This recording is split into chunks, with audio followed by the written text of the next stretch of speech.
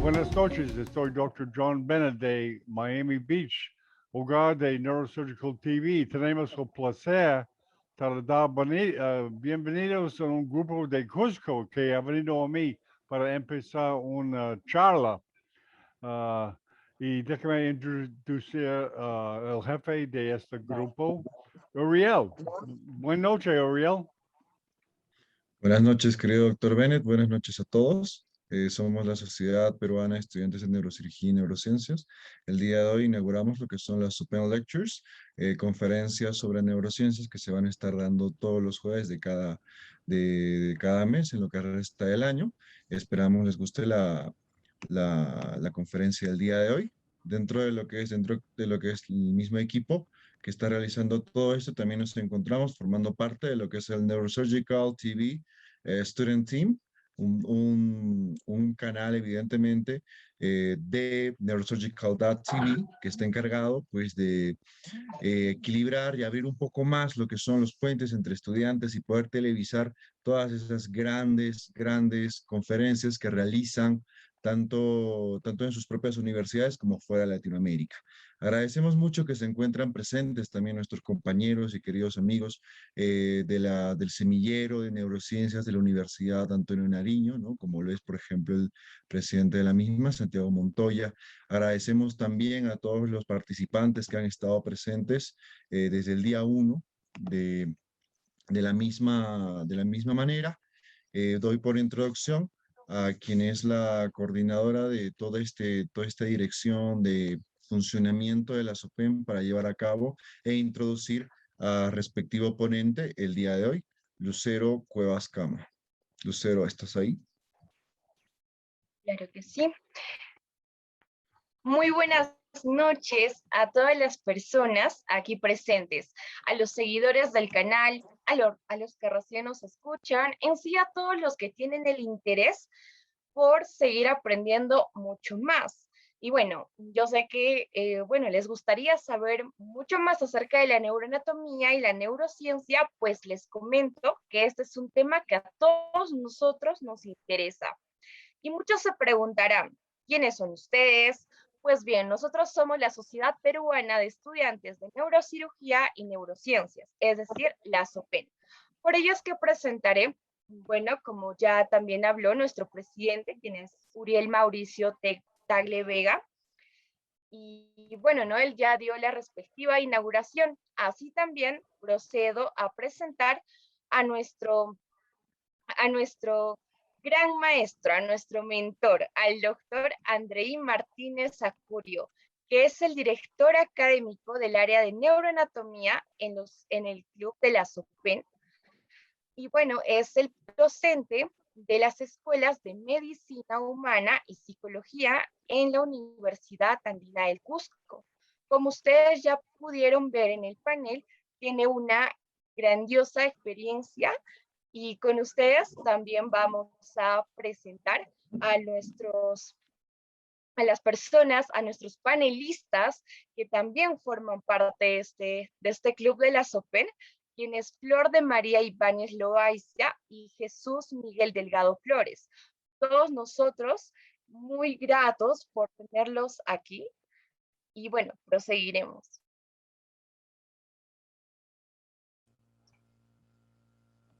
Muchas gracias, Lucero. Doctor Andrei, puede comenzar. Buenas noches, doctor Bennett. Gracias por el apoyo y el soporte a este gran proyecto que en realidad es bastante, ¿cómo se podría decir? Bastante ambicioso en realidad. Y pretendemos hacerlo mejor. De todas maneras, a los estudiantes, a los compañeros de avanzada, que son Flor, Lucero, Uriel, Jesús, que son de la SOPEN. Y bueno, el día de hoy, pues espero dar una de las conferencias interesantes, una de las lecturas que atañe mucho a este nuevo camino, a esta, como le digo, a esta meta ambiciosa por parte de los chicos para poder continuar con el desarrollo y la comprensión de la neurociencia y la neuroanatomía, que es vital para el desarrollo de las personas en el ámbito de la salud.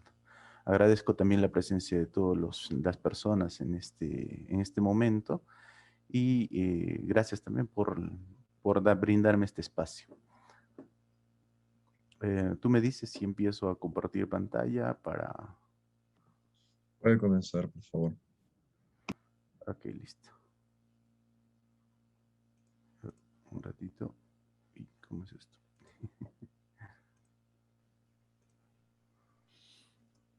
Ujú. Listo, me avisan si se ve, por favor. Sí, está bien. Listo, ok.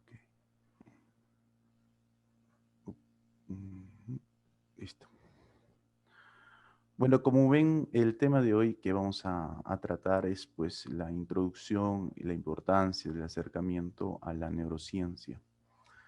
Yo comienzo siempre las clases con mis alumnos con una frase muy interesante, ¿no? Y esta es el mentenet manum adhibere, ¿no?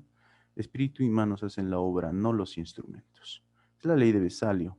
Vesalio, uno de los anatomistas de nuestra historia, que en realidad ha trascendido en la historia y nos deja una buena frase, ¿no? Para continuar nuestro aprendizaje en la neurociencia, en la neuroanatomía. ¿Qué es la neurociencia? Pues partiremos por ahí.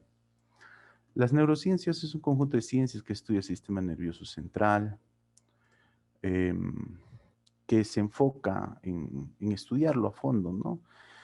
A su vez es un estudio, brinda el soporte del estudio de la estructura, la función, su química, el desarrollo y su patología en el sistema nervioso central bajo esa estructura, ¿no? Bajo ese concatenamiento de premisas, ¿no?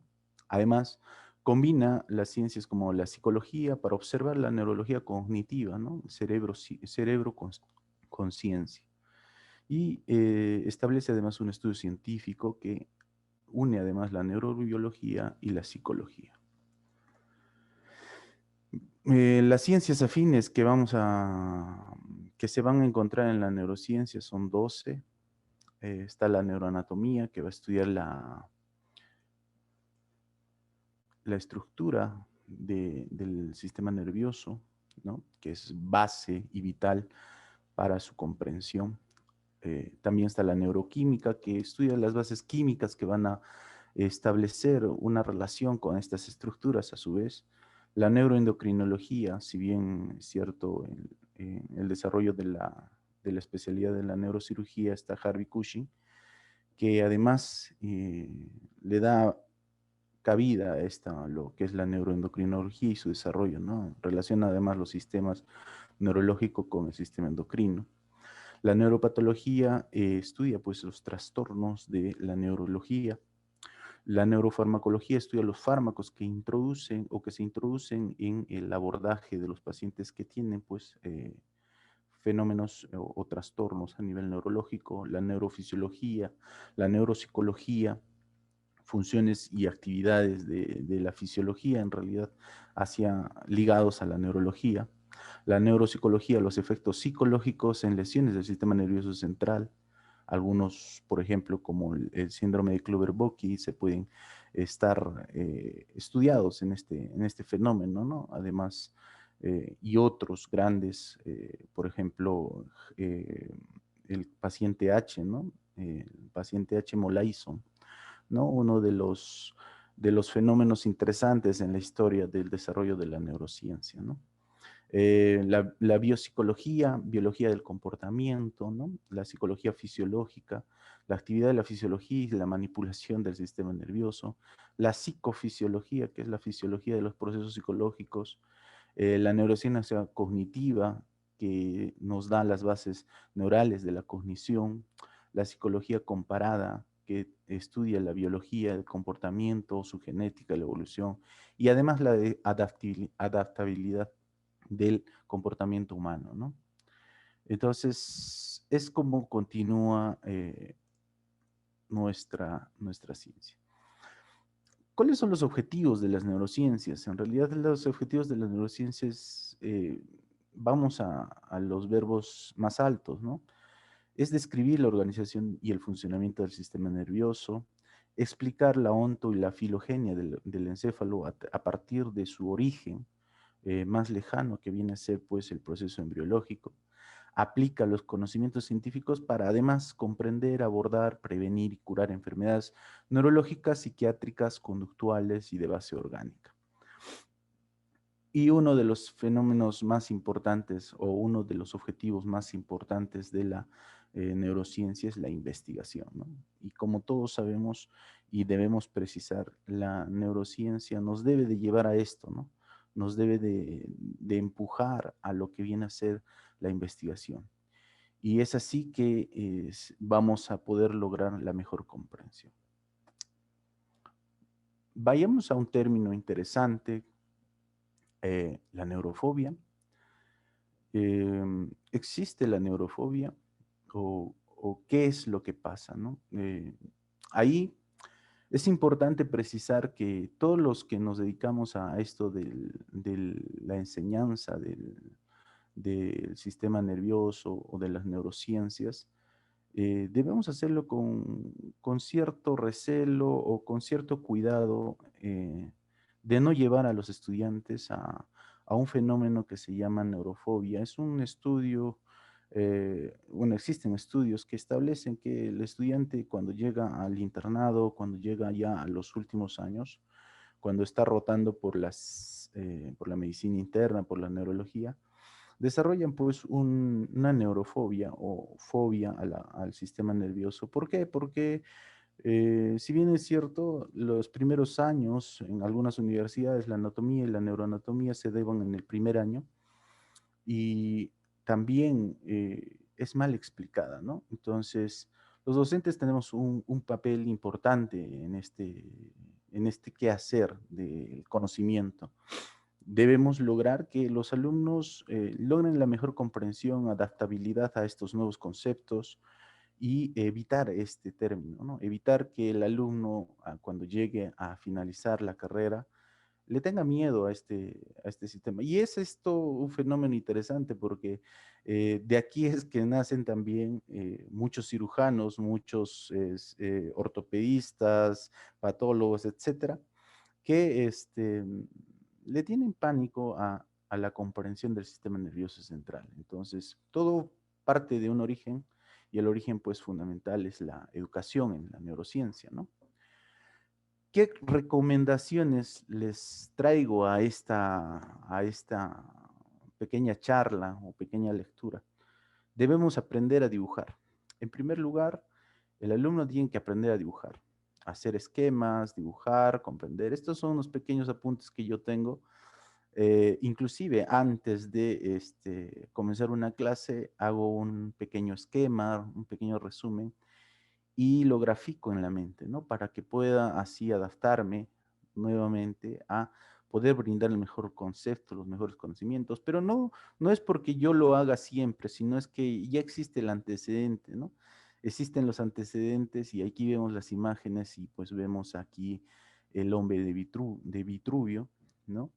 Que Leonardo da Vinci pues fue uno de los predecesores en este caso de lo que es el dibujo anatómico y es fundamental para la neurociencia. Nosotros debemos desarrollar esta pequeña forma de aprender la neurociencia y la neuroanatomía fundamentalmente, bajo el concepto de que debemos hacer uno de nuestros propios esquemas. El hacer, que es uno de los verbos de alto nivel o de tercer nivel, nos ayuda a comprender mejor lo que estamos estudiando y es así como también se perenniza en el proceso del aprendizaje. También debemos sistematizar nuestro aprendizaje, ¿no? Debemos sistematizar. ¿Y cómo sistematizo, doctor? ¿No? Bueno, tenemos que tener un orden, evidentemente. El orden nos atañe mucho. Aprender anatomía y aprender neuroanatomía es fundamental sistematizarla.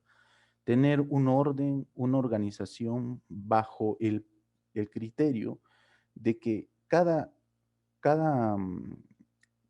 lectura, cada concepto que vaya a analizar en el proceso del tiempo, me va a dejar abiertos los caminos. Y esto es a lo que me refiero también, es que existe pues el andamiaje, ¿no? El conocimiento del andamiaje. El principal parámetro del aprendizaje del estudiante es que bajo un concepto previo tiene que desarrollar conceptos nuevos y acercamientos. Entonces, este es un crecimiento escalonado.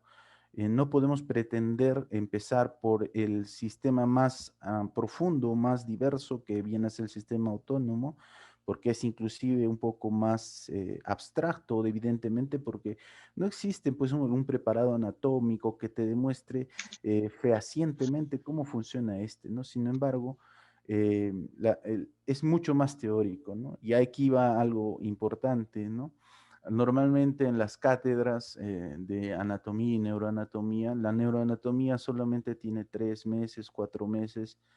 Algunas universidades tienen una cátedra de 6 meses y hasta de un año en neuroanatomía, que pretende desarrollar mejores conceptos, mejores precisiones. Pero aquí en Sudamérica bueno, en las universidades que he enseñado, la neuroanatomía solamente se desarrolla en 3 meses y es por consiguiente, o perdón, en menos de un mes y medio, ¿no? Entonces, y es contraproducente porque son conceptos amplios y bueno, desarrollar un conocimiento amplio de estas requiere una sistematización. Yo propongo esta sistematización siempre a los estudiantes para que podamos tener una correlación de lo que vamos avanzando. Debemos de empezar por la filogenia, por el desarrollo del eje encefalomedular, sus meninges y el líquido cefalorraquídeo, o sea, vamos desde afuera hacia adentro, inclusive pretendiendo alcanzar también lo que son los conceptos de la capa protectora ósea que existe pues en el sistema nervioso, como viene a ser el cráneo, ¿no? El cráneo, la base del cráneo, la bóveda craneana, etcétera, y empezar a comprender a partir de ahí para adentro, ¿no? Empezar a compartir así. Pero también tenemos que entender cómo es el origen y luego empezar a desarrollar poco a poco hacia adentro lo que viene a ser el sistema nervioso, ¿no? Entonces, existen muchos gráficos, ustedes en las redes pueden encontrar infinidad de gráficos que pueden establecer mejor entendimiento de los conceptos que vayamos a utilizar en los libros. Existen un montón de libros también que son recomendados por las propias universidades. Hay otros que son recomendados por los mismos docentes. Pero bueno, yo recomiendo que utilicen de todo, ¿no? Utilicen de todo un poco. Pueden utilizar el PRO, pueden utilizar BAR, pueden utilizar AFIFI, pueden utilizar los atlas de Netter, pueden utilizar, por ejemplo, al Dr. Roton, etcétera, ¿no? Y diversos autores en el que mejor se les acomode, ¿no? El que mejor se les acomode.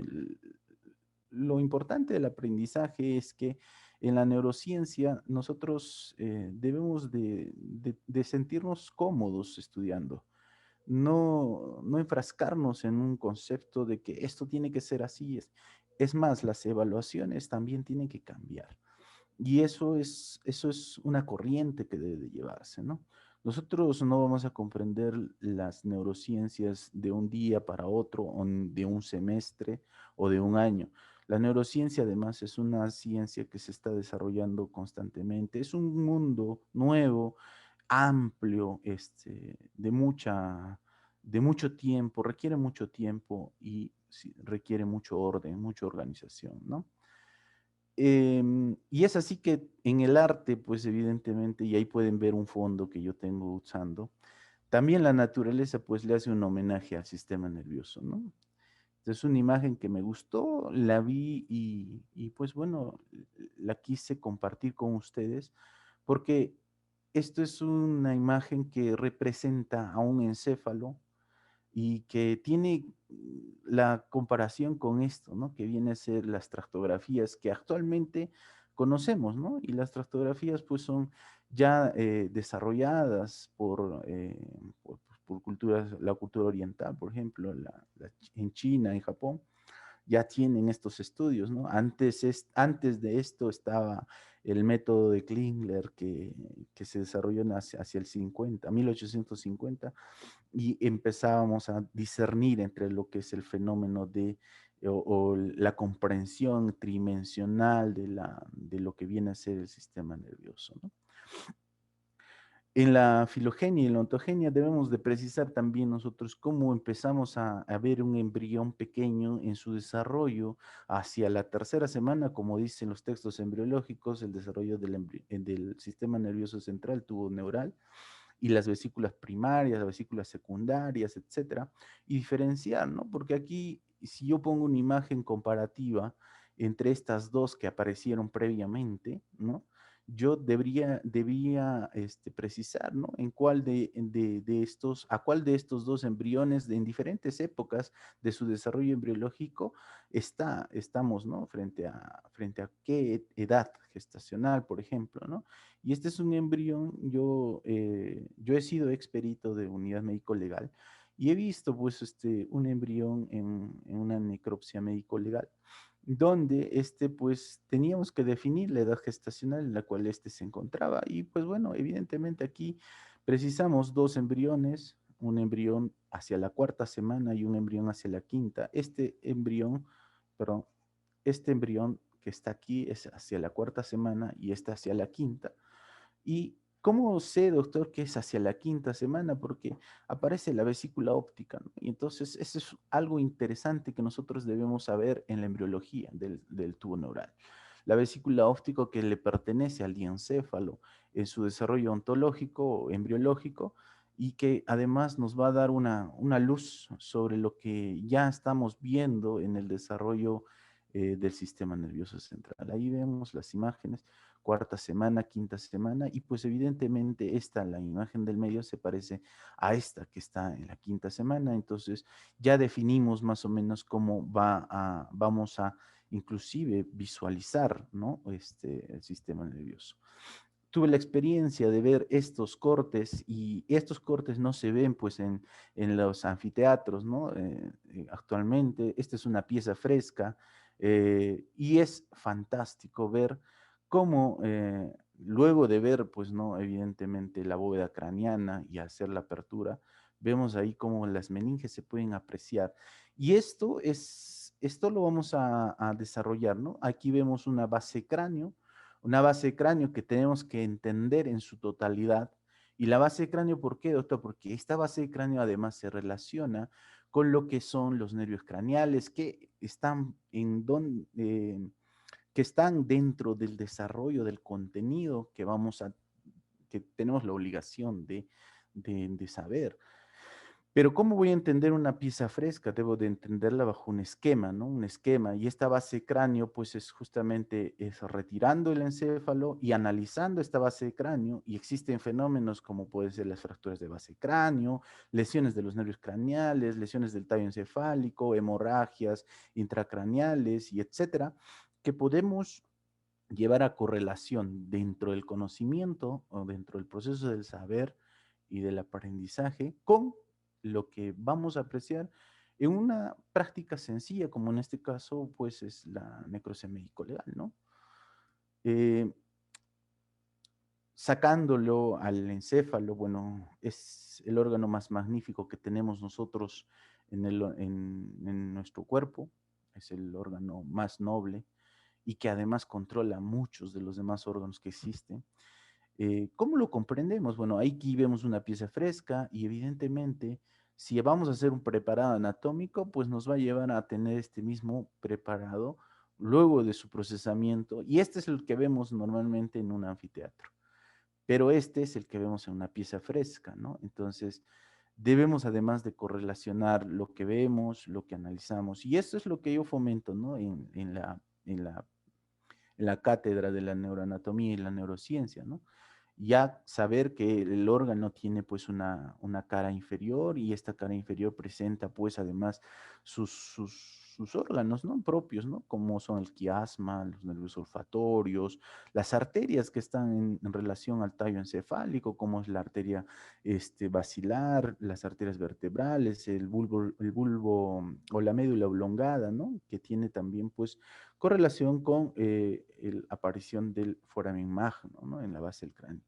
Vemos al profesor Roton aquí en una de sus imágenes del Atlas, y profesor Roton hace una disección anatómica en la que nos muestra un mesencéfalo, nos muestra la cara inferior, la misma cara que estábamos viendo hace poco, con sus quiasma óptico, y aquí vemos un órgano interesante, ¿no? Que es el tuber cinereum con el infundíbulo de la hipófisis, ¿no?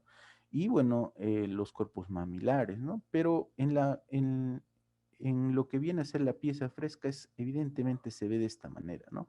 Se ve de esta manera. ¿Y cómo se ve de esta manera? Pues aquí tenemos el quiasma y este es el tuber cinereum con el infundíbulo. Pero además, la relación que tiene esto con la neuroanatomía es conocer además esta formación arterial importante. Los neurocirujanos utilizan bastante estos acercamientos, approach, en lo que viene a ser el abordaje del sistema nervioso, ¿no? Este es el polígono de Willis, que está alrededor de estructuras tan vitales como son el quiasma óptico, la hipófisis, ¿no? Y bordeando estos. Además que están cubiertos por las meninges, ¿no?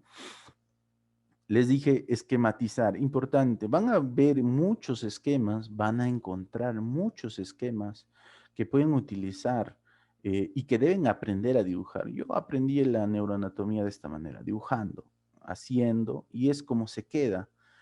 Y una de las terceras actividades, o por decirla, una de las más importantes también en la anatomía o y en la neuroanatomía, es que luego de haber entendido y comprendido, no es que se va a quedar el conocimiento como un chicle se pegó en la cabeza, no, no, no, no. Se va a quedar la mejor manera de quedar grabado en nuestro cerebro, y esto se explica por la memoria a largo plazo, es haciendo. ¿Y cómo hago, doctor? Bueno, explico a otra persona. ¿Y cómo le explico a otra persona? Bueno, para eso existen pues los grupos de estudio, ¿no? Y eso también fomento, ¿no? En los chicos del grupo, que deben de buscar círculos de estudio. Y esto es importante. No podemos pretender aprender solos la neurociencia si no vamos si no, a largo plazo, evidentemente no vamos a tener buenos resultados. Y los resultados se están haciendo. ¿Y cómo hago? Primero hago mi esquema, dibujo, grafico, y luego de esto hago una comparación. Y la comparación, evidentemente, en muestras de pieza fresca sería una de ellas, ¿no?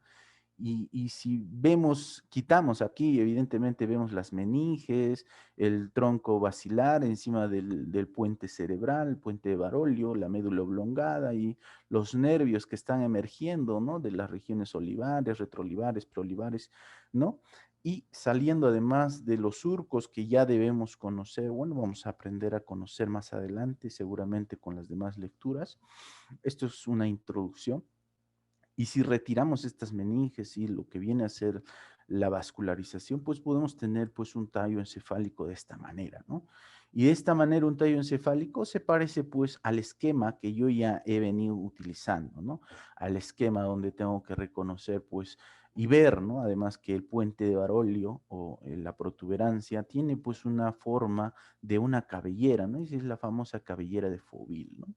Y los pedúnculos cerebrales, que además relacionan con el descenso de toda la vía córtico-medular, ¿no? Y vemos cómo se grafican los mismos tractos descendiendo en este preparado, ¿no? Entonces, también al igual, ¿no? En su cara posterior, analizar primero un esquema y luego ver y certificar que en una pieza anatómica o un preparado anatómico puede aparecer, ¿no? Aquí vemos hacia abajo lo que está apareciendo como las barbas del cálamus, ¿no? El cuarto ventrículo, el piso del cuarto ventrículo y el piso del cuarto ventrículo en el esquema, y esto en pieza fresca, ¿no? Y bueno, es cómo se debe aprender. Luego, posterior a esto, pues yo indago, hay buenos sitios donde podemos descargar. Ahora sabemos muy bien que la ciencia no solo está en los textos, existen ahora, y gracias a este proceso evolutivo y envolvente, además del Internet, nos permite encontrar imágenes, nos permite encontrar animaciones, nos permite encontrar, diversificar la información y saber buscarla también es importante, ¿no? Entonces nosotros tenemos que lograr comprender lo más que se pueda y adaptarnos a esto que es el mundo globalizado en el cual nos encontramos actualmente, en el que la información ya no es escasa, sino es bastante amplia y podemos aprovechar, o sea, tenemos que tener ese factor multiplicador, ¿no? Por ejemplo, esta es una imagen que la encontré en una biblioteca de imágenes o de pines, que es Pinterest, por ejemplo, ¿no? Y pues bueno, ustedes también pueden descargarla, ahí está, ¿no? Y pueden encontrar múltiples gráficos, imágenes, donde el límite, como yo les digo siempre, el límite es el cielo, ¿no? No hay límites ahora. Nosotros tenemos que encontrar nuestras mejores maneras de aprender esto que es la neurociencia y la neuroanatomía. Aquí, por ejemplo, otro, ¿no? Otro fenómeno, otro corte, es un corte sagital, ¿no?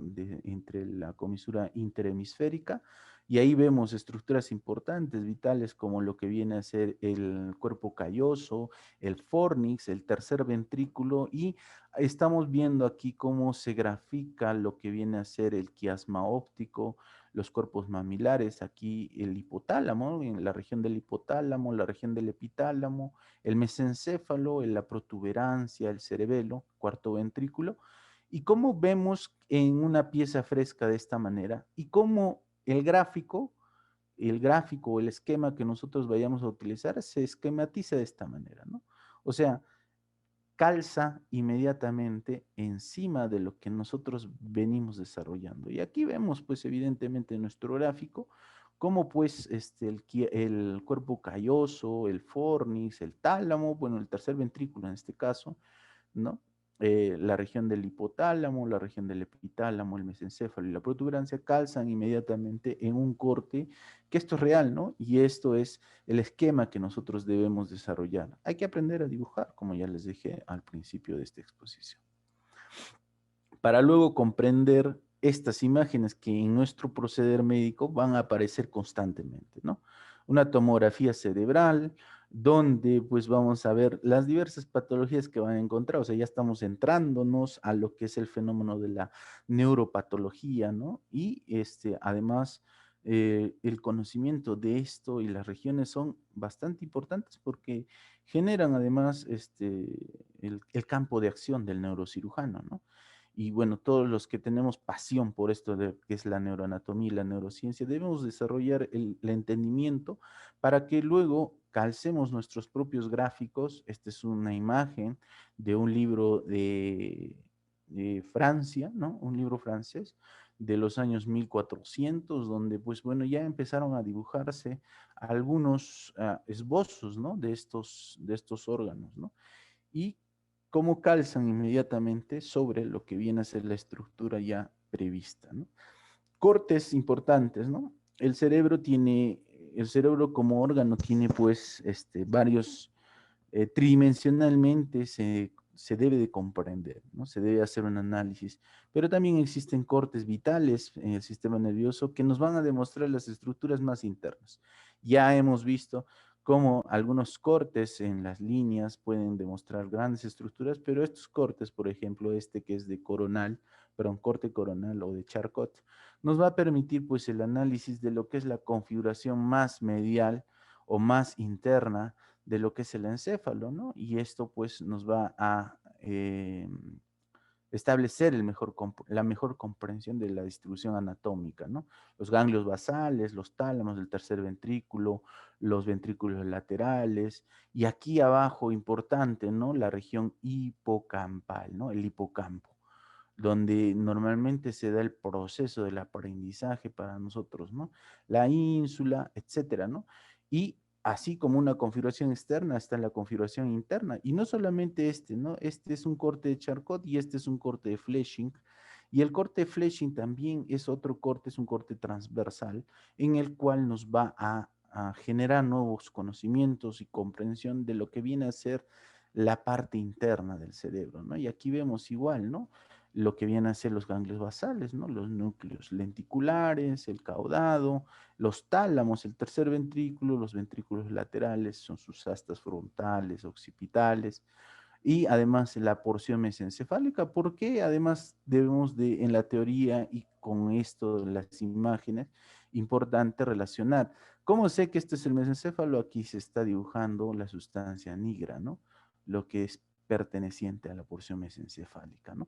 Entonces, por ahí vemos cómo ya están apareciendo nuevas estructuras, estamos comprendiendo de mejor detalle, y es así como debemos de llegar a profundidad para luego llegar a esto que son las imágenes, ¿no? Y este es un corte tomográfico en una región que semeja a lo que es un corte Charcot.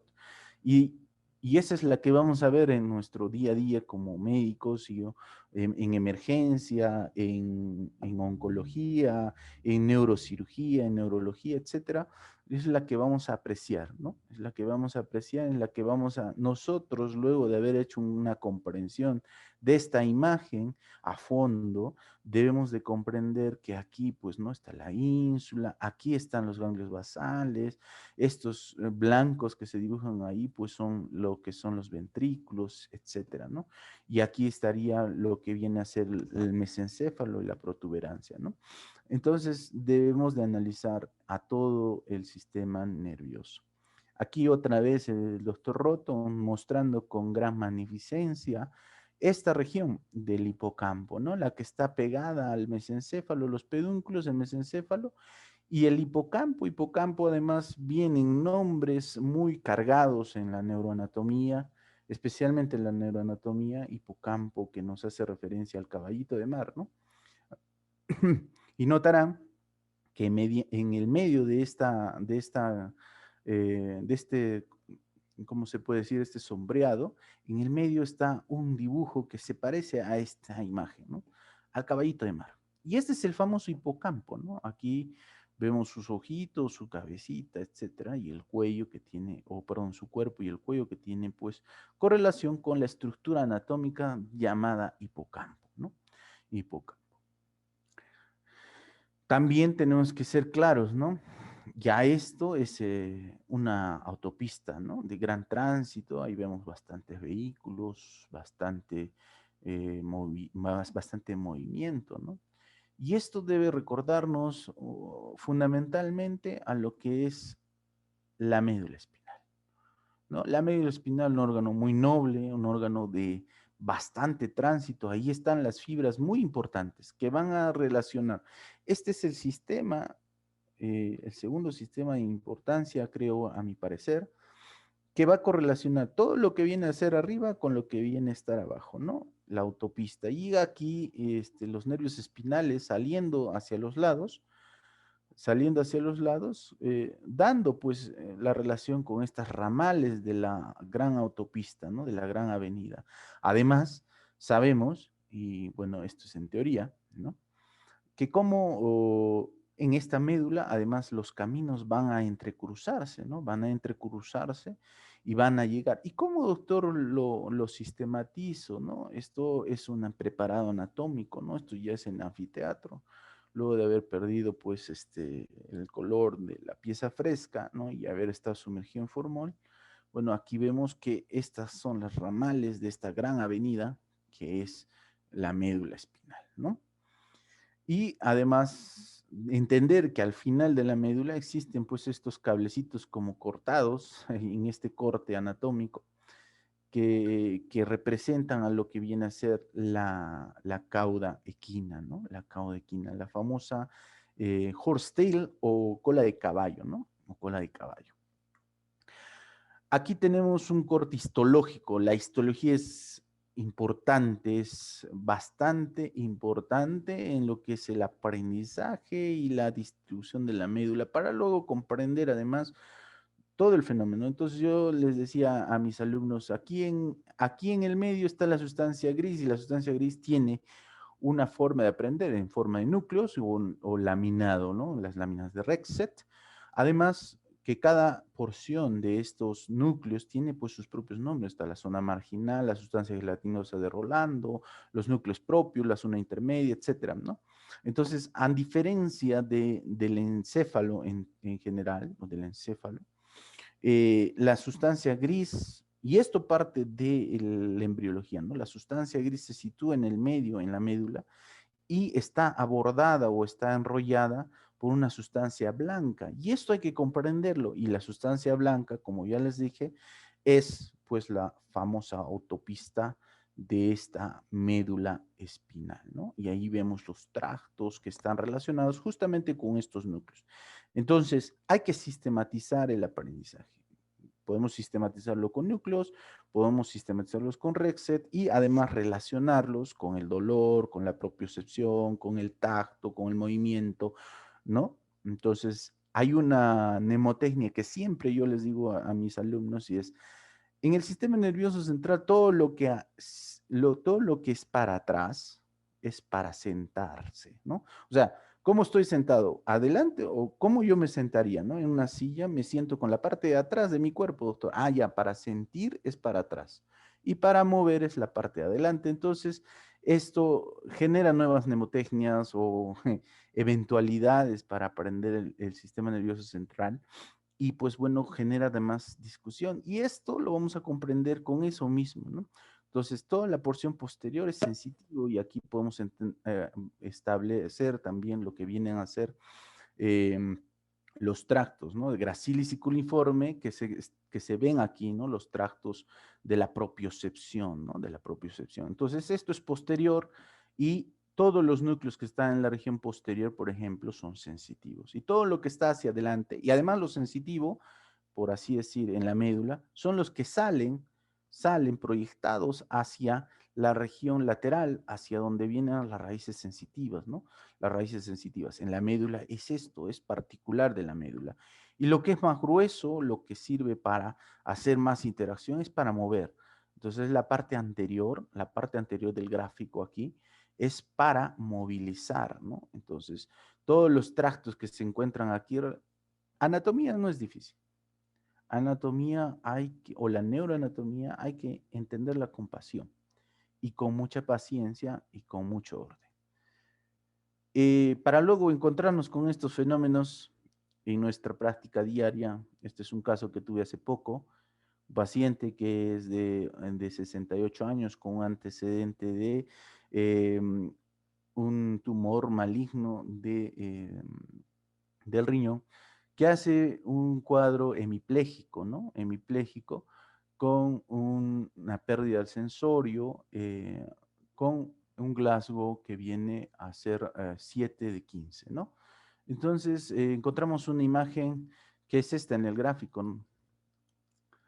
Es una tomografía de cerebro que nos muestra una amplia zona isquémica de penumbra, con además lesiones tumorales en la región posterior y un desplazamiento de los ventrículos en su comprensión, ¿no? Un desplazamiento de los ventrículos de su línea media y que además un crecimiento del cuarto ventrículo que nos da pues una impresión diagnóstica de una hidrocefalia isquémica posterior a un cuadro isquémico a razón de una tumoración en la región occipital, en este caso derecha, ¿no? En región derecha, ¿no? En la región derecha, en esa región, ¿no? Y eso nos vamos a topar todos los días, ¿no? En la práctica clínica. Entonces, no me queda más decirles y hacerles unas pequeñas frases, no pequeñas, sino grandes frases de uno de los grandes de la neurociencia, que es Harvey Cushing, y que dice, ¿no? En estos días, cuando la ciencia está claramente en la silla de montar y cuando nuestro conocimiento de la enfermedad avanza a un ritmo sin aliento, podemos además olvidar que no todos pueden cabalgar. Eso sí es cierto. No todos van a nuestro ritmo pero también ayuda a quien espera y quien aplica lo que el jinete va a descubrir. Entonces, no todos van a aprender al mismo ritmo. El conocimiento, la ciencia o la neurociencia es un saber que va desarrollándose con el paso del tiempo y que además estos que están a la vanguardia van a dejar grandes hitos y que nosotros en nuestro empecinamiento del aprendizaje de la neurociencia podemos traer nuevos conocimientos a nuestro ritmo. No todos los que aprenden a ese ritmo son buenos. Sí son aquellos descubridores, etcétera, ¿no? Pero lo más importante es tener un ritmo. Y este ritmo no nos quita lo menos. Cushing no le interesó la medicina al principio, ¿no? Y luego fue uno de los más grandes. Fue uno de los más grandes. Y otra frase de él que me fascinó realmente, por una cuestión de que el médico, nosotros vamos a ser personal de salud y fundamentalmente para los médicos, esa es una frase para los médicos. El médico está obligado a considerar que hay más que un órgano enfermo, incluso más que todo el cuerpo. Y además tiene que ver al hombre en su mundo, en su entorno. Y esto es fundamental para los que estudian medicina. Bueno, muchas gracias. Espero que les haya gustado esta pequeña entrega de esta lectura.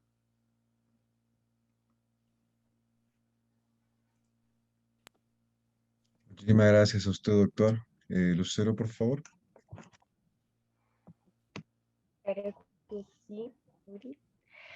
Bueno, para agradecer a todas las personas que pudieron conectarse, que pudieron aprender mucho más acerca de la neuroanatomía, vimos bueno, el doctor Andrei nos explicó muy detalladamente, incluso hizo una maravillosa explicación para que nosotros podamos entender mucho más acerca de en qué consiste la neuroanatomía y todo ello.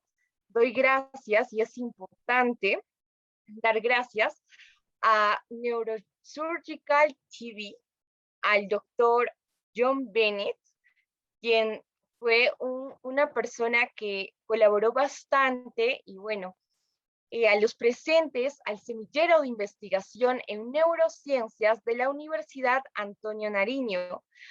Y también vamos a agregar el grupo de WhatsApp por el Zoom, por la plataforma.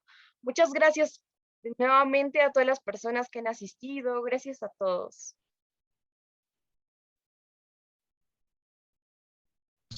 Muchísimas gracias, Lucero. Por favor, damos paso a las preguntas. Flor de María. Listo. Pueden dejar sus preguntas en la caja del chat y las vamos a estar leyendo progresivamente. Ok, Camila Quispe García nos pregunta, doctor, ¿recomendaría algunos libros principales para aprender neuroanatomía y neurociencias? Como les dije, ¿no?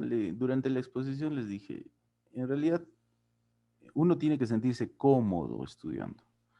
Uno tiene que escoger lo mejor como le acomode. Por ejemplo, hay libros que, si bien es cierto, son neuroanatomía pura, pero también relacionan la fisiología y hay un poco que nos confunde con lo que, si no tenemos una base previa, ¿no? Evidentemente.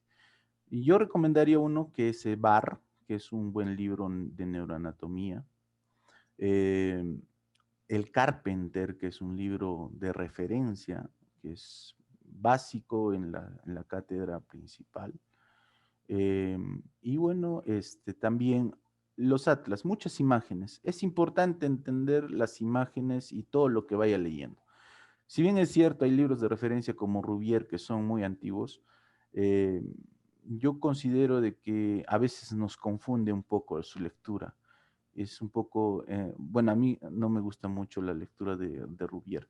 El doctor Roton tiene muy buenas disecciones en su libro y mostré algunas imágenes, evidentemente, y pues bueno, otros que pueden ser algunos atlas, por ejemplo, que existen Por ejemplo, en este caso de necropsias médico-legales, que pueden buscarlos en la web. Todos los libros están a libre disposición. Es cuestión de buscar y poder encontrar el que mejor se les acomode. No hay un límite para el aprendizaje, ya les dije. Muchas gracias, doctor Andrei.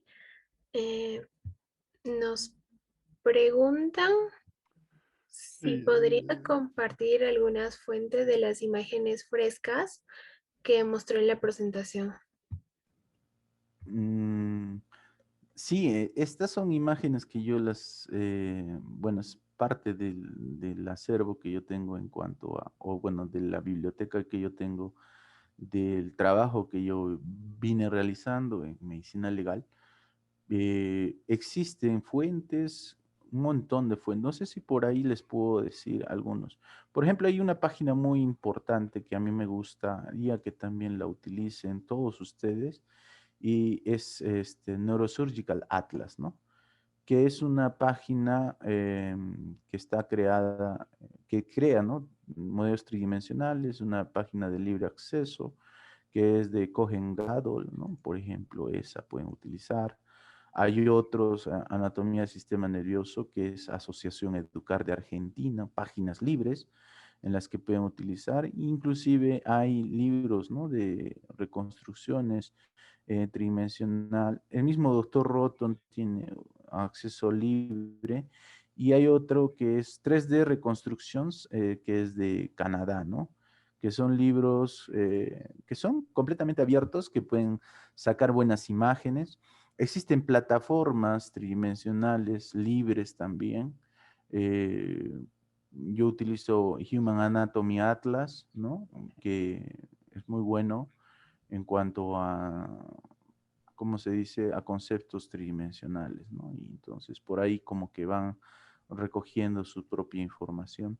El Pinterest, que es un aplicativo que lo usan los chicos a esta época moderna, es un sitio web donde se conglomera todo lo que es dibujo anatómico, preparados inclusive anatómicos, que pueden utilizarlo para su mejor comprensión, ¿no? Y es fantástico.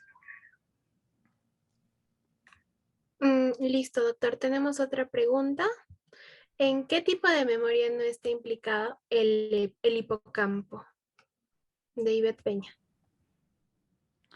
A ver, el hipocampo es parte del sistema nervioso, parte del sistema límbico, ¿no? El sistema límbico, nosotros cuando estudiamos el sistema límbico hablamos del circuito de Papez, que antes el circuito de Papez era pues uno que estaba relacionado con el circuito de la furia, le decían antes, ¿no? Estaba relacionado con la respuesta de la furia, pero se ha demostrado que tiene que ver mucho con lo que viene a ser el aprendizaje. Entonces, el hipocampo está relacionado con ¿no? Inclusive la memoria a corto plazo más que con la memoria a largo plazo. ¿Por qué? Porque el circuito de Papez es un circuito de amplificación de la memoria que al momento de estar en funcionamiento en nuestro cerebro, que justamente eso es lo que les decía, ¿no?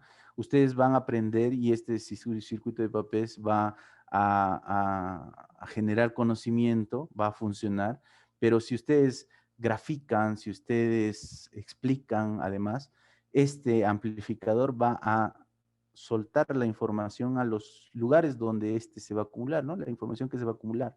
Y los lugares donde se va a acumular es pues el lóbulo parietal, lóbulo temporal, ¿no? En su superficie, en la corteza. Entonces, el hipocampo es importante para adquirir conocimiento en realidad, ¿no? Para adquirir conocimiento. Y ya depende de las prácticas que uno vaya teniendo, pues va a desarrollar conocimiento nuevo, ¿no? Muchas gracias, doctor. La siguiente pregunta la hace Alejandrina Bustamante y nos pregunta, ¿cuántas veces debe de practicar el neurocirujano en el laboratorio? Em, bueno, nosotros hemos sido coordinadores del Laboratorio de Cirugía Experimental hasta la fecha y uno de los objetivos del Laboratorio de Cirugía Experimental es eso, ¿no? Es desarrollar habilidades, competencias que uno vaya a tener. No sé de qué grado estamos hablando en cuanto a la pregunta, por ejemplo, si ya estamos especializándonos. El neurocirujano tiene que ser hábil en las manos, ¿no? Tiene que ser muy hábil en las manos, debe de practicar mucho, son instrumentos muy grandes. Veía la otra vez al doctor Uriel, hay un programa que dijiste para ver, que era del doctor, se me fue, de John Hopkins, que inclusive hacía referencias, ¿no? Que el neurocirujano tenía que utilizar hasta la boca para graduar las medidas. Del doctor Alfredo Quiñones. A Quiñones, ¿no? Quiñones, que es un referente, ¿no? Internacional. Y pues bueno, la neurocirugía es una de las ramas de la medicina que necesita mucha habilidad, pasión sobre todo. Y esto, ¿no? El bichito que te pique sobre lo que es hacerse del conocimiento de la neurociencia. Y entender todo, ¿no? En realidad entenderlo todo. Hay que darle su tiempo, hay que dedicarle su tiempo. Listo, doctor. La siguiente pregunta nos la hace Ivette Peña y nos pregunta, ¿qué es la plasticidad cerebral? Es una pregunta que se desarrolla en embriología y esto es importante, ¿no? La plasticidad cerebral. No en embriología necesariamente, sino en el neurodesarrollo, ¿no? La primera, como yo les digo siempre a mis alumnos, nosotros vamos a rotar por varias rotaciones en el transcurso del hacer médico, ¿no? Y cuando nosotros rodamos por pediatría, nos dicen que desarrollo es, bueno, no sé si en todas las universidades se denomina desarrollo y crecimiento, pero el desarrollo del primer año es el más vital, ¿no? Del primer año es el más vital. Es cuando el encéfalo gana mucho peso, es cuando el encéfalo se aproxima al 75% de su volumen total, empieza a desarrollarse más neuronas, más sinapsis. Nosotros aprendemos a sostener el cuello, empezamos a caminar, o sea, el primer año es el más vital, ¿no? Y a partir de hasta los 5 años también es otro crecimiento enorme que tiene el sistema nervioso en cuanto a la plasticidad cerebral y que pues puede en realidad salvarnos de muchos eventos adversos como por ejemplo los traumatismos, algunos tumores que necesiten pues la sección del encéfalo, ¿no? En intervenciones quirúrgicas. Esta plasticidad nos puede favorecer en el transcurso de algún evento adverso, ¿no? Entonces, pero es importante, ¿no? Yo siempre tengo de la experiencia que es una persona que nace en un ambiente violento, puede convertirse en violento porque los primeros años de la vida son los más importantes en el desarrollo tanto de la porción, de la función cognitiva, conductual, como de lo que viene a ser el desarrollo natural del encéfalo, ¿no? Muchas gracias, doctor. Miguel Ángel Rabinel González nos dice que si podría compartirnos algunas imágenes si fuese posible en Drive o algo. El video creo que va a estar colgada, ¿no? El video va a estar colgado en la En el plataforma canal. de Neurosurgical TV, gracias al doctor Bennett. Entonces, yo creo que por ahí pueden estar sacando algunas imágenes. Y seguramente nosotros en el grupo de SOPEN tenemos un proyecto que es la producción de un atlas neuroanatómico y que vamos a trabajar con algunos otros autores más en realidad para el bien de la comunidad académica y de los aficionados a la neuroanatomía y neurociencia.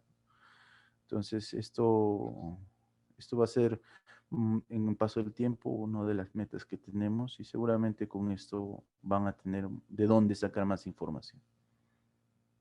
La siguiente pregunta nos la hace Ivette Peña y nos dice, ¿a qué se le debe ¿a qué le debe su color la llamada sustancia blanca del sistema nervioso? Bueno, es fácil, ¿no? El color de la sustancia blanca es pues la mielina, ¿no? Es prácticamente eso, ¿no? La mielina es la que le da el color blanco. En cambio, la sustancia gris, pues es los somas que se encuentran en la corteza. Y como les dije también, a diferencia del el cerebro en su porción cortical o en la porción más cefálica del sistema nervioso, en la médula que presenté, y esta cambia de posición, ¿no? Ya se vuelve más céntrica y la sustancia blanca se vuelve más periférica, ¿no? Esa es la diferencia, ¿no? Muchas gracias, doctor. La siguiente pregunta dice, ¿en qué etapa de la vida las neuronas del cerebro tienen más conexiones con otras? ¿En qué etapa de la vida tiene más conexiones que otras? Bueno, nosotros, si bien es cierto, algunos autores mencionan que tenemos 100.000 millones de neuronas, actualmente se ha descubierto que son de 65.000 a 86.000 millones de neuronas. Existen hábitos que pueden lesionar, existen traumatismos que pueden lesionar las neuronas, pueden producir muerte de estas. Entonces, el mismo hecho de desarrollar las neuronas de los primeros años de vida, primer año, hasta inclusive el cuarto año, donde empezamos inclusive nosotros a mejorar el rendimiento. Y hay otros estudios, por ejemplo, que dicen, ¿no? ¿Por qué a qué se debe la maduración? Y la maduración, por ejemplo, en el ser humano depende mucho del desarrollo del lóbulo frontal. Y el lóbulo frontal se termina de desarrollar hacia los 20, 21 años, ¿no? Entonces, está en constante evolución. Inclusive, hay estudios que han demostrado de que en el hipocampo existen neurogénesis ya hasta por eventos, por ejemplo, ¿no? En este caso, lo que viene a ser el embarazo y otros eventos en las cuales, por ejemplo, el estrés produce nuevas neuronas, ¿no? En diferentes campos. Entonces, como que es un lugar nuevo de descubrimiento, hay modificaciones anuales, modificaciones en el tiempo y la neurociencia sigue creciendo, ¿no? Entonces, se podría decir que los primeros 4 años de vida del ser humano es donde tenemos muchas más sinapsis, ¿no? Podríamos aclarar de esta manera, ¿no? Muchas gracias, doctor. La siguiente pregunta nos las hace Esteban Tagle y pregunta, ¿es importante para un neuropsicólogo conocer la neuroanatomía?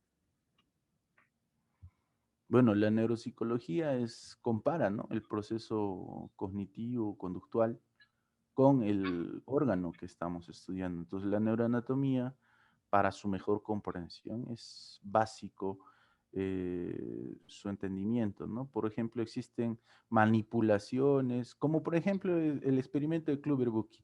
El experimento de Kluver-Bucy hace con los monos de recios, y estos pues han sido manipulados en sus lóbulos temporales y producen pues la aparición de comportamientos como por ejemplo la polifagia, la pérdida del miedo, ¿no? Y diversas actitudes que a la larga pues explican la comprensión psicológica del comportamiento, ¿no? Entonces, sí es importante la comprensión de la neuroanatomía para la neuropsicología, ¿no? Entonces, pero como les dije, no todo está perdido, no hay que generar miedo en realidad en el desarrollo del aprendizaje de la neuroanatomía y la neurociencia. Más al contrario, nosotros tenemos que tener un ritmo de aprendizaje y si no comprendo, tener que aplicar estas técnicas que les dije, ¿no? Primero dibujo y luego explico, ¿no? Entonces el hacer genera mucho más conocimiento, ¿no? Perfecto, doctor. Muchas gracias. La siguiente pregunta nos las hace Alejandrina Bustamante. ¿Por qué no se enseña microanatomía en las universidades? Em, Esto es un poco gracioso, ¿no? La microanatomía es mucho más complicada que la misma anatomía, ¿no? Entonces, a veces como que, y en realidad la microanatomía tiene pues un campo más especializado, ¿no? Por así decirlo, más especializado. En cambio, la neuroanatomía y la anatomía es macroscópica. Pero sí tenemos que tener algunas bases histológicas, embriológicas en cuanto a su comprensión. Yo creo que por la complicación o por los diversos metas que tiene cada universidad o cada centro de estudio, pues depende mucho de cómo se vayan a explicar. Además, hay muy pocos especialistas en microanatomía, así es que yo considero que esa puede ser una de las respuestas a esa pregunta, ¿no? Muchas gracias, doctor. La siguiente pregunta nos las hace Samantha Gianina y nos dice, doctor, muy buenas noches. Ante todo, muchísimas gracias por lo compartido el día de hoy. ¿Podría darnos su opinión de la psiconeuroinmunología? El fenómeno inmunológico, si bien es cierto, estudia todo el proceso genético, por así decirlo, inclusive de las mismas enfermedades autoinmunes y demás, que van a afectar pues el propio órgano, ¿no? Como tal. Entonces, la psicología, pues, vayamos de los conceptos en realidad, ¿no? Porque esto no es difícil en realidad. El nombre puede ser fantástico, pero en realidad la explicación es básica, ¿no? La explicación es que es un fenómeno inmunológico, como por ejemplo las enfermedades autoinmunes, lupus, sarcoidosis, etcétera, que pueden traer consecuencias en el sistema nervioso central como órgano y producir pues trastornos psicológicos afectando a a los diversos lugares donde si yo tengo un curso de neuroanatomía bien explicado, bien comprendido, pues va a ser muy sencillo explicar su fisiología, su patología y sus cuadros clínicos, su sindromología, etcétera, ¿no? Entonces yo considero que empecemos por lo más básico y lleguemos a lo más lejos, ¿no? Posible. Muchas gracias, doctor. La siguiente pregunta nos las hace Camila Quispe García y dice, ¿qué es el estado de hipnosis? ¿Es fácil lograrlo? Hipnosis. Bueno, gnosis o Gnosis. hipnosis. Gnosis, doctor. El término gnosis viene pues de nocere, conocimiento, ¿no? Yo pienso que a eso se hace referencia, no entendí, o hipnosis. No quedó claro su pregunta. Nos hace un alcance. El término gnosis, nombre común griego para el conocimiento, puede No quiere. referirse a iluminación, concepto religioso o espiritual. El gnosticismo, conocimiento o percepción de la naturaleza de la humanidad como divina. Mm, Como les digo, ¿no? La neurociencia es un campo aún yerto, perdón, aún que no se descubre. Es muy fértil en realidad, no yerto, sino es muy fértil, donde nosotros tenemos que tratar y pretender con el avance y con todo lo que se nos viene en la cabeza. Yo les digo a los alumnos cada vez cuando nosotros entramos en debate, eh, aquella persona que estudia neuroanatomía y neurociencia tiene que ser ese niño de 4 años. Y el niño de 4 años se caracteriza por una frase, y la frase es ¿por qué? A todo. Vamos a salir, te dice ¿por qué? Tienes que almorzar y te dice ¿por qué? Entonces, cuando tú empieces a estudiar anatomía o neuroanatomía o neurociencia, entonces tienes tú que plantearte lo mismo, ¿no? Si te dicen, por ejemplo, la vía óptica se relaciona con el lóbulo occipital y etcétera, entonces nosotros debemos de preguntarle por qué y por qué, y entonces al final cada uno logra mejorar su entendimiento y comprensión del mismo, ¿no? Entonces, el nocere es parte del conocimiento, ¿no? Es lo que empezamos a conocer. Y como dicen, ¿no? ¿Existen algunas cosas que aún no se pueden explicar? Sí, existen muchas cosas.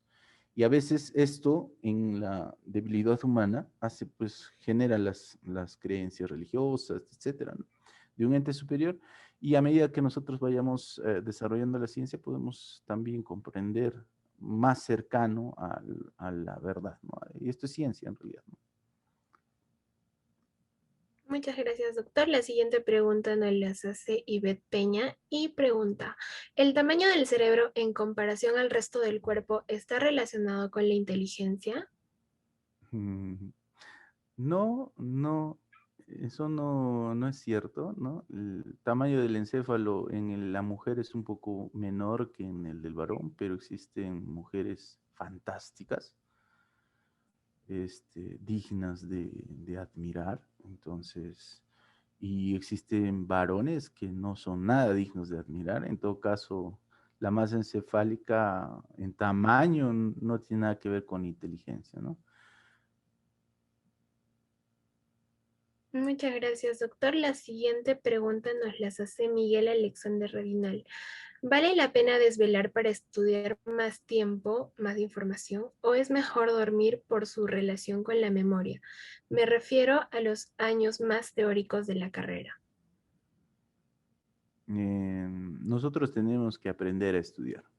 Eso es básico.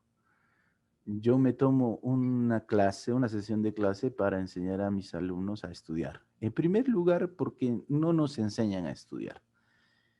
Existen los métodos, a lo mejor alguien ha visto, ¿no? Ha escuchado de los métodos Pomodoro, por ejemplo, de aprendizaje, que requieren descanso, ¿no? Descanso mental, porque un cerebro cansado no aprende lo mismo que un cerebro a 100% de energía. Y esto es importante, ¿no? O sea, uno tiene que descansar. Y además el acto de dormir en la memoria es como entrar al baño, ¿no? Yo le hago esa relación siempre. La memoria, el cerebro tiene que eliminar la información innecesaria en el momento de dormir. Por un hecho, una cuestión de higiene cerebral, se podría decir así. ¿Y con qué condición, no? Es información irrelevante que no tiene nada que ver. Nosotros necesitamos descansar. Pero el método Pomodoro te impulsa o te empuja a que estés más tiempo alerta, o sea, estás en un pleno entrenamiento del encéfalo. Entonces, tenemos que mejorar eso. ¿Por qué el estudiante de medicina duerme solo 4 horas? Preguntarán, ¿no? Esa es la típica, ¿no? Entonces, pero es que eso requiere pues un entrenamiento cerebral y demanda también de un descanso. Y es que existe pues estos métodos de aprendizaje que si bien es cierto es importante y creo que debemos de ponerlo como lecture también. Yo propondría eso para que los que estén interesados en el aprender, en mejor aprender en todo caso, en el mejor aprender, pues desarrollen técnicas de aprendizaje, que eso es básico, ¿no? Y así fomentar una cultura de aprendizaje, ¿no? Muchas gracias, doctor Andrei Martínez. Esa fue la última pregunta, o creo que tenemos una más. Ok, la última pregunta es de Alma Rosa Arias y nos dice, si una paciente femenina tiene cisticercosis y está embarazada, ¿en el neurodesarrollo del feto puede adquirir la infección a nivel neuroanatómico? No, las enfermedades que se heredan en realidad o que tienen riesgo obstétrico en realidad son las TORCH, ¿no? La toxoplasmosis, la rubiola, ¿no? La varicela, etcétera, ¿no? Entonces, la neurocisticercos es un estado de quiste del protozoa, en este caso del parásito que está enquistado en el cerebro, ¿no? Entonces, que ha llegado ahí por una casualidad, ¿no? Propia de la enfermedad. Sabemos muy bien que el lugar más localizado de esta enfermedad deben ser los músculos, ¿no? Y por casualidad también llega al sistema. Y cuando llega al sistema nervioso central se encapsula. Y pues bueno, no es transmitida verticalmente, ¿no? En todo caso, no está relacionado con una herencia, ¿no? Ni desarrollo. Pero sí las otras enfermedades, ¿no? Las TORCH, como les dije. Listo, doctor, muchas gracias. Con eso cerramos la ronda de preguntas y doy pase a Lucero. Ok, muchas gracias, doctora Andrei, por responder a todas las preguntas. Sé que todos vamos a ir con los conocimientos previos, vamos a realizar ese anclaje que usted dijo al principio del aprendizaje. Y también es importante dar gracias, gracias especial a nuestros amigos que también nos ven desde la Universidad de Boyacá y también a nuestros amigos de Brasil que también están aquí. Muchas gracias a todos los que están presentes y doy la palabra a nuestro presidente de la SOPEM, quien es Uriel Mauricio Tagleveno.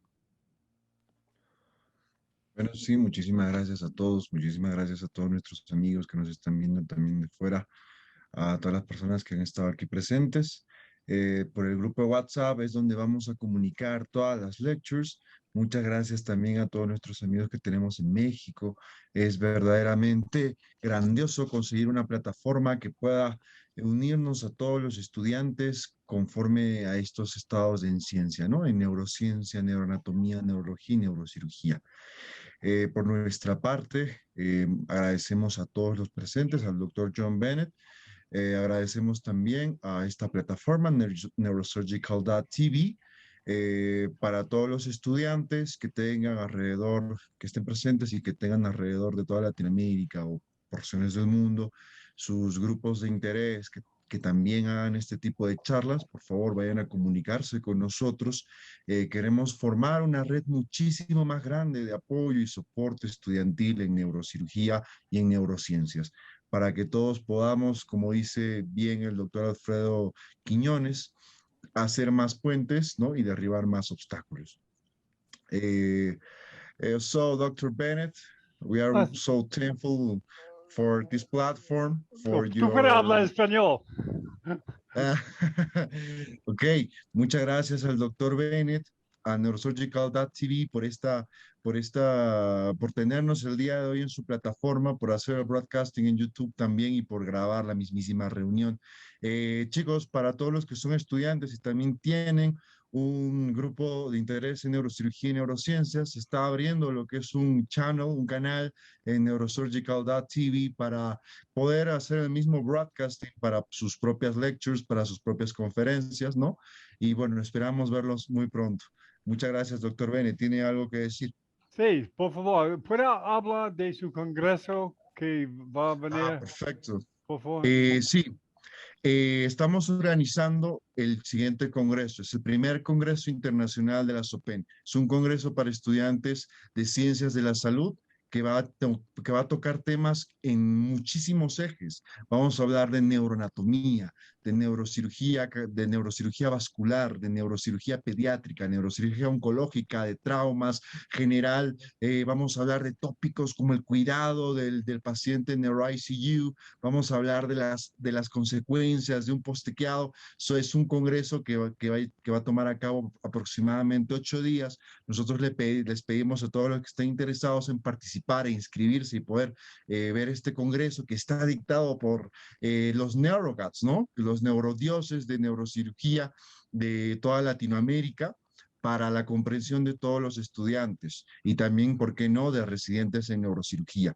El congreso va a ser llevado a cabo la última semana de este mes. ¿Cómo pueden inscribirse? Bueno, pueden seguir a la SOPEN en su Instagram, es SOPEN-Perú. Ahí vamos a estar poniendo poco a poco lo que vienen a ser las publicidades, los links de inscripción. Todo va a ser igual con el broadcasting de neurosurgical.tv para poder ver todo esto. Y bueno, tenemos muchísimas otras sorpresas más para todos los estudiantes. Como bien se dijo anteriormente, el rango primo, el objetivo primo es formar más puentes entre nosotros, poder apoyarnos y conocernos. Y gracias, como dijo el doctor Bennett anteriormente, este tipo de plataformas nos aseguran que suceda esto. Y eso es verdaderamente mágico. Así que los esperamos verlos a ustedes en el Congreso, en NeuroGats, Neuro como nunca te lo habían explicado antes. Muchísimas gracias, doctor Bennett. Ok, y gracias para Flora, muy buen manejando de las preguntas. Y la diferencia entre un video de YouTube y esto charla interactiva es muy diferente. Para hacer preguntas, está realmente vivo, no solamente mirando un video de Dr. Acordio en YouTube, es vivo. Entonces, hasta la próxima viernes, ¿verdad? Ariel? Yes, O- doctor. Hasta el más que nada lo que es el 26, hasta el lunes 26, ¿no? Que Oh, es okay. donde se va a hacer el inicio de este congreso NeuroGuts. Hago un llamado otra vez para todos los estudiantes que hagan este tipo de conferencias o doctores que hagan este tipo de conferencias y lecturas. Tenemos un canal en neurosurgical.tv, nosotros somos el equipo, así para poder hacer este broadcasting y poder llegar a muchísimas más personas. Muchísimas gracias, doctor. Muchísimas gracias, compañeros, chicos, doctores. Gracias, doctor André, por la presentación. Hasta la próxima. Ok, buenas noches. Buenas noches.